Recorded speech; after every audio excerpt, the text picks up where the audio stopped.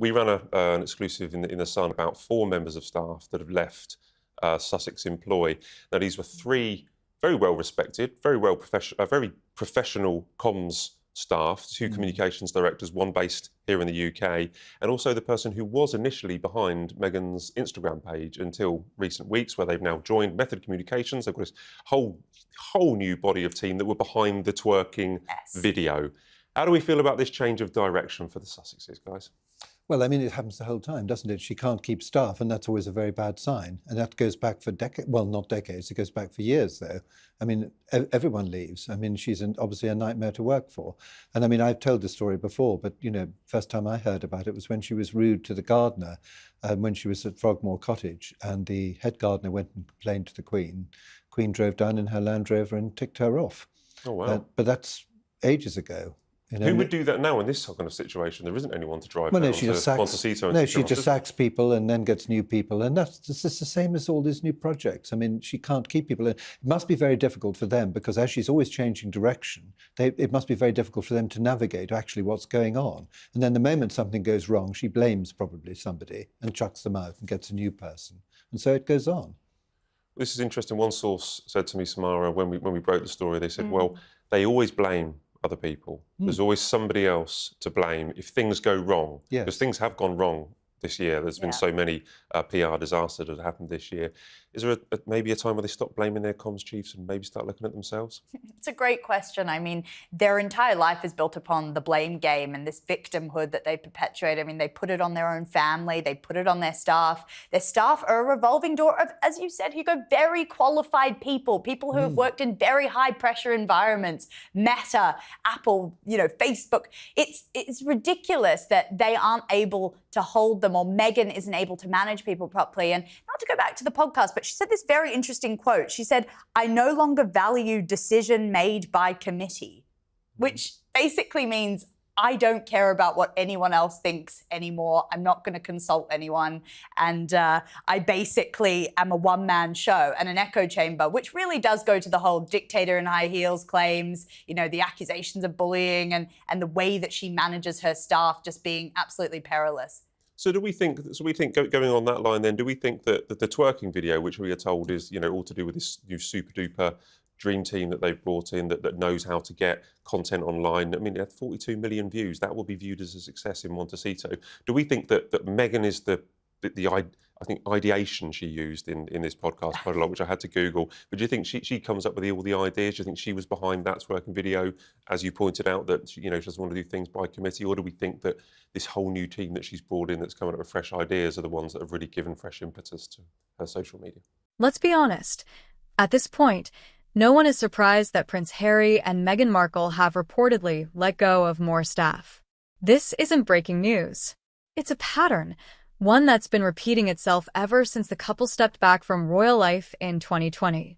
From palace aides to PR representatives, podcast producers, and now even their California-based team, people come and go from the Sussex inner circle at an alarming rate. But why? It's not just bad luck. It's not just corporate restructuring. It's part of something deeper, something more ingrained in their public identity. The blame game. Let's look at the actual fallout over the years. During their time in Kensington Palace, at least 5 aides quit or were pushed out. Some were reportedly reduced to tears. Others described the atmosphere as emotional cruelty. Their Spotify deal, which began with massive hype, collapsed, with Spotify executives later suggesting the couple were lazy and difficult to work with. And Netflix producers allegedly faced creative clashes and delays. Staff inside Archewell Media have come and gone quietly, often without explanation. I mean, it was so left of field to see that twerking video. I know we've spoken about it a lot and everything like that, but it was such a change from the sanitized linens and cherry picking and fruit picking in the forest of Montecito. Then to see that twerking video with the random sound over it, it's such a sort of swerve in the other direction for her brand and her social media page. I know that it did get a lot of traction and that's kind of what she wants at the end of the day. I did get the chance to listen to Meghan's latest podcast interview, and I kind of almost choked on my little can of gin and tonic when I heard the line of her asking people to tell the truth about her. what do you make of this line, Samara? Because she has been accused in the past of kind of bending the truth a little bit. It was kind of a plea where she was saying she wanted to change the narrative, and the narrative would be she wanted people to speak the truth about her. Yeah, speaking the truth, how about that Buckingham Palace audit and Kensington Palace audit where that has been withheld and not shown to the public? I think that would have a lot of truths in it about Meghan and the bullying allegations, or the revolving door of staff that she churns through, that she's had to sign NDAs. I mean, I don't want to listen to this woman about truth, because the fact of the matter is she's a constant liar. Her whole brand is built on a spin of lies, and I don't trust a word that woman says. So I think that it is very, very low of her to insinuate that we should listen to her truth, or she wishes that other members of the royal family told truths. I don't want to hear it from her. I really don't. Well, she was referring to 8 years ago. She said, my dear friend Serena told me years ago, a lie can't last forever. And she added 8 years ago is a long time, but not forever. She's trying to move forward, Hugo, but she is still talking about, still harking back to issues or problems that she had when she was in the royal family. Well, yes, she'll always do that. But actually, I think Samara and I and others do actually tell the truth about her, and I don't think she likes it very much. Even their PR team has been through multiple reshuffles, with rumors of unrealistic expectations and micromanagement. If this happened in any other high-profile organization, it would raise eyebrows. But with Meghan and Harry, it's become a signature move. When things don't go right, they replace the people, not themselves, not the strategy, the people. Let's dig into the psychology of this. What Meghan and Harry have consistently done, both personally and professionally, is externalize their problems. Here's the logic that seems to define their narrative. If there's a press scandal, it's the media's fault. If a royal relationship collapses, it's the firm's fault. If a business deal fails, it's the company's fault. If a staff member resigns, it's the staff's fault. This constant cycle of deflection allows them to maintain an image of being wronged, misunderstood, and victimized, while sidestepping any personal accountability. Even the infamous Spare memoir follows this formula. From childhood to manhood, from military to marriage, Harry lays blame at nearly everyone's feet: his father, his brother, the tabloids, even palace staff. Rarely, if ever, does he look inward. This same pattern shows up in Meghan's narrative. She says she was unsupported, undervalued, and silenced, despite having one of the most high-profile platforms in the world. So when we see yet another staff cull, it's not shocking. It's predictable. Right. I mean, that's probably one of the points. She did mention in the podcast that she was thick-skinned. Again, I did kind of raise my eyebrows a little bit about that. But apparently a failure is a win for her. She also said that, and she ought to know, because there have been plenty of them. And then also she said at the very end, if you persevered, which was I mean, thank you very much for making me watch an hour and a half of this stuff, by the way. I really needed that. At the very end, she said that her 15-year-old self would be very proud of her present-day self and how she's doing. So I wonder what her 15-year-old self was like. I mean, God.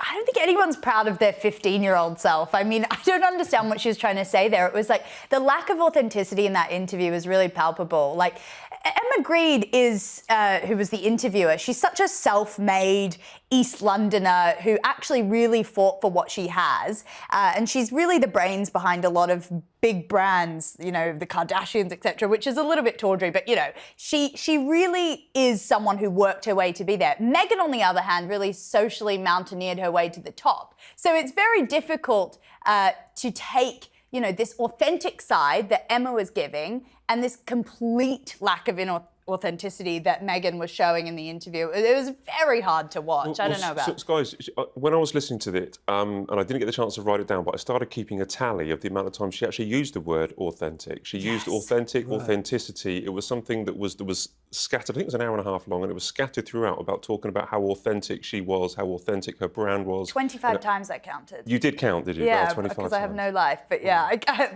she probably said it more, but it was scattered throughout there, and it was like, that's the one thing you're missing, Meghan. Here's how it plays out. 1. A project is launched with huge buzz: Spotify, Netflix, archetypes, etc. 2. Internal friction or underperformance arises. 3. Public statements blame external challenges or strategic shifts. 4. Staff are quietly let go or reassigned.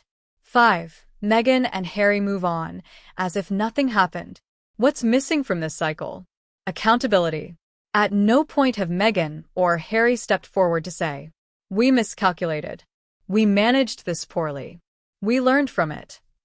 That kind of humility goes a long way in building trust with both the public and professional partners. But instead, what we see is perpetual turnover and a brand that, despite all its resources and potential, struggles to hold on to the very people hired to make it work. Now, let's talk long-term consequences. Every time this happens, every staff exit, every dropped deal, Meghan and Harry lose credibility. Why? Because successful people don't just launch projects, they maintain relationships, nurture teams, and take responsibility when things fall apart. And let's be clear, it's not a crime to fail. But it is a red flag when you blame everyone else for every single failure. Nothing is authentic about you. I thought it was rather interesting that Emma Grede did that. I mean, I personally, I hate to tell you, being so very old-fashioned, hadn't heard of Emma Grede, and I imagine she did this thing so that she would be, a lot of our people, the Meghan Markle people, would then watch her and say she'll also be better known. So now, and I was very impressed by her, and I looked her up, and she's done fantastic things, as you said. So what on earth she was doing except somehow sort of, getting on the bandwagon with Meghan Markle, I don't really know. It inspired a thought to me, as I was listening to this. I thought, why don't I come here today and tell you about my toothbrushing experience, how I respect the toothbrush and how I throw energy into the brushing process, and how when I squeeze the tube, I'm connecting with life and sort of feeling getting the goodness coming out of it. That was what I ended up thinking at the end of this. In other words, what I'm saying, it was all psychobabble. Well, interesting. I came away from the thought thinking, I didn't feel overly offended by it. I was listening to if you came in as an outsider and didn't know the history of everything that's been going on, you would just listen to an entrepreneur talking with passion about her life and her business. And I think that the fact that we do have this long memory, she is trying to kind of change, as she talks, the narrative. And if she had come out with this interview 7 or 8 years ago, I think people may have been more favourable to her. I think it's because we still have the memory. We still know that everything that's gone on in the past. I think it's been such a wasted opportunity. She did seem to me as someone who was actually talking with passion about her business. Eventually, media partners, corporate brands, and even fans start to notice. They see through the pattern. They get tired of the excuses. And they begin to ask, is it really all their fault? Or is something wrong behind the scenes with Meghan and Harry themselves? So, where does this leave Meghan and Harry? Unless something changes, unless they start taking genuine responsibility for the way they manage people and projects, we can expect the cycle to repeat itself. More PR spin, more team reshuffles, more headlines about internal chaos. What they could do is take a breath, look inward, and rebuild their brand from a place of self-awareness, not victimhood. Because until they break the blame cycle, no staff hire, no media deal, and no charity campaign will truly stick.